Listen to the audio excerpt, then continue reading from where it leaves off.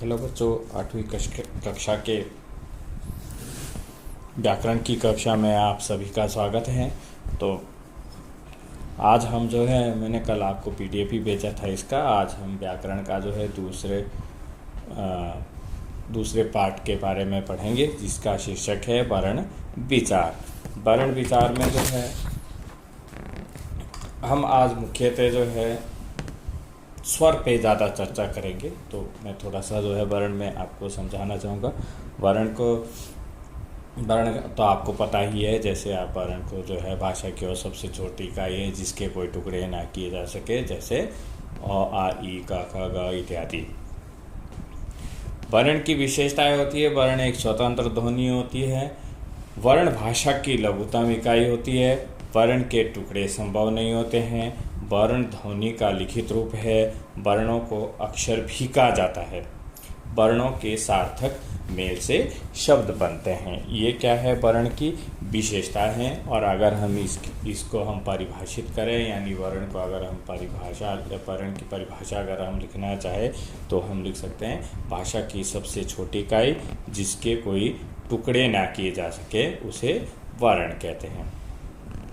लेकिन ये इसकी क्या है, विशेषताएं। जैसे वर्ण स्वतंत्र ध्वनि होती है, लघुतम इकाई है, इसके टुकड़े संभव नहीं है, ध्वनि का एक लिखित रूप होता है, इसका जो है वर्ण को जो है अक्षर भी कहते हैं, और इसके सार्थक मेल से जो है शब्दों का निर्माण होता है। हिंदी वर्णमाला में जो है मुख्यतः दो भेद माने जाते हैं। हिंदी वर्णमाला के जो है दो भेद है, स्वर और व्यंजन।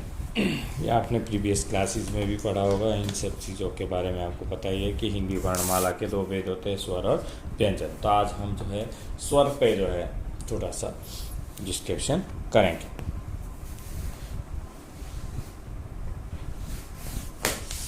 स्वर जो है मुख्यतः आप 11 मानते हैं। स्वर हिंदी वर्णमाला में जो है स्वर जो है 11 माने जाते हैं। और स्वर को अगर आप परिभाषित करना चाहेंगे तो स्वर को आप इस तरह से उसकी परिभाषा लिखेंगे। वही वर्ण जिनके उच्चारण में वायु बिना किसी रुकावट के मुंह से बाहर निकलती है उसे स्वर कहते हैं, या उन्हें स्वर कहते हैं, जैसे अ, आ, ई इत्यादि। हिंदी वर्णमाला में मैंने आपको बताया 11 स्वर होती है। स्वरों की विशेषता होती है, स्वरों का जो है अपना स्वतंत्र उच्चारण होता है। स्वरों को जो है किसी वर्ण की आवश्यकता नहीं पड़ती है उच्चारण करने के लिए, और स्वर जो है अपनी उसका जो है स्वतंत्र उच्चारण होता है। इन्हें उच्चारण के लिए किसी अन्य ध्वनि की सहायता की आवश्यकता नहीं पड़ती है। मैंने बताया आपको कि इस ध्वनि को जो है अन्य किसी ध्वनि की सहायता नहीं होती है उच्चारण करने के लिए। इसके उच्चारण में जो वायु बिना रुकावट के मुख से बाहर निकलती है। अ को छोड़कर बाकी सभी स्वरों की जो है मात्राएं होती हैं। स्वर और स्वर व्यंजनों के उच्चारण में सहायक होते हैं। स्वर जो होते हैं वो व्यंजन जो है तभी उच्चारित हो सकते हैं, या व्यंजन जो है तभी बनेगा अगर जो है उसके साथ स्वर को आप जोड़ते हैं तो व्यंजन का निर्माण होता है। तो मुख्यतः स्वर कितने होते हैं, 11 होते हैं। स्वरों का वर्गीकरण, अगर हम जो है इसका वर्गीकरण करें मात्रा के आधार पर और प्राकृतिक के आधार पर, अगर दो आधार पर हम इसका जो है वर्गीकरण करेंगे तो मात्रा के आधार पर स्वरों के जो है 3 भेद होते हैं, और प्राकृतिक आधार पर जो है स्वरों के 2 भेद होते हैं। तो मात्रा के आधार पर जो है हम सबसे पहले जो है इस चीज़ के बारे में पढ़ते हैं कि मात्रा के आधार पर जो है स्वर के 3 भेद कौन कौन से होते हैं। मात्रा के आधार पर स्वर के 3 भेद होते हैं। आप यहाँ क्लियरिटी है कि अगर आपसे पूछा जाए कि स्वर के कितने भेद होते हैं, स्वरों का वर्गीकरण जो है आप किस तरह से कर सकते हैं, तो स्वरों का वर्गीकरण अगर आपसे पूछा जा रहा है कि मात्रा के आधार पर स्वरों के भेद बताइए, तो आप बताएंगे 3। और अगर आपसे पूछा जाए कि प्राकृतिक आधार पर जो है स्वरों के भेद बताए, तो प्राकृतिक आधार पर स्वरों के भेद 2 है। मात्रा के आधार पर स्वर की भेद की अगर बात करें हम तो 3 भेद है, ह्रस्व स्वर, दीर्घ स्वर और प्लुत स्वर। तो ह्रस्व स्वर सबसे पहले हम लेंगे। ह्रस्व स्वर है जिन स्वरों के उच्चारण में सबसे कम समय लगता है, उन्हें ह्रस्व स्वर कहते हैं। ह्रस्व स्वर की कुल संख्या होती है 4। कौन कौन से होते हैं ह्रस्व स्वर, आ, अ, ई, उ और री। आ, ई, उ, री। ये हो गए ह्रस्व स्वर। और दीर्घ स्वर क्या होते हैं? दूसरा भेद है, ख भेद है इसका दीर्घ स्वर। दीर्घ स्वर कितने होते हैं? 7 होते हैं। और इसका परिभाषा है, जिन स्वरों के उच्चारण में ह्रस्व स्वर से अधिक समय लगता है उन्हें दीर्घ स्वर कहते हैं। और इनकी कुल संख्या होती है 7। जैसे आ, ई, उ, ए, आई, ओ और औ। ये 7 होते हैं और ये दीर्घ स्वर कहलाते हैं। अब प्लुत स्वर क्या कहलाते? प्लुत स्वर कौन से हैं? प्लुत के उच्चारण में ह्रस्व का 3 गुना समय लगता है।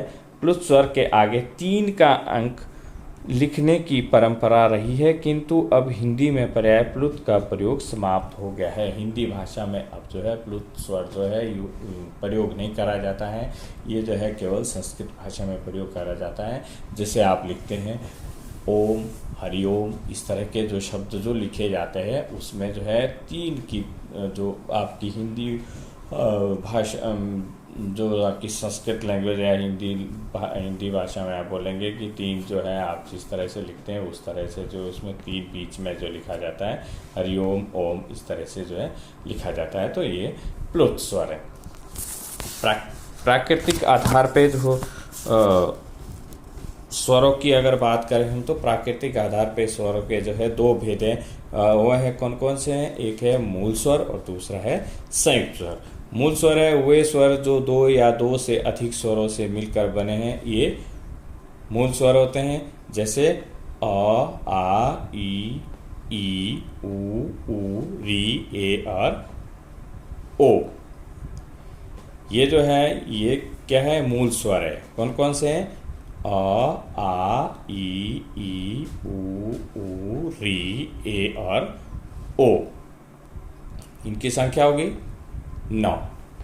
और जो संयुक्त स्वर होते हैं, संयुक्त स्वर वे स्वर जो 2 अथवा 2 से अधिक स्वर से मिलकर बने हैं उन्हें संयुक्त स्वर कहते हैं। ये हैं आई और औ। यानी अ जमा ए बराबर बनेगा आई और अ जमा ओ बराबर बनेगा औ। तो ये जो है ये क्या है? संयुक्त स्वर माने जाते हैं। तो प्राकृतिक आधार पर जो है स्वरों के जो है कितने भेद है? 2 भेद है, मूल स्वर और संयुक्त स्वर। मूल स्वर होते हैं 9 और 2 होते हैं संयुक्त स्वर।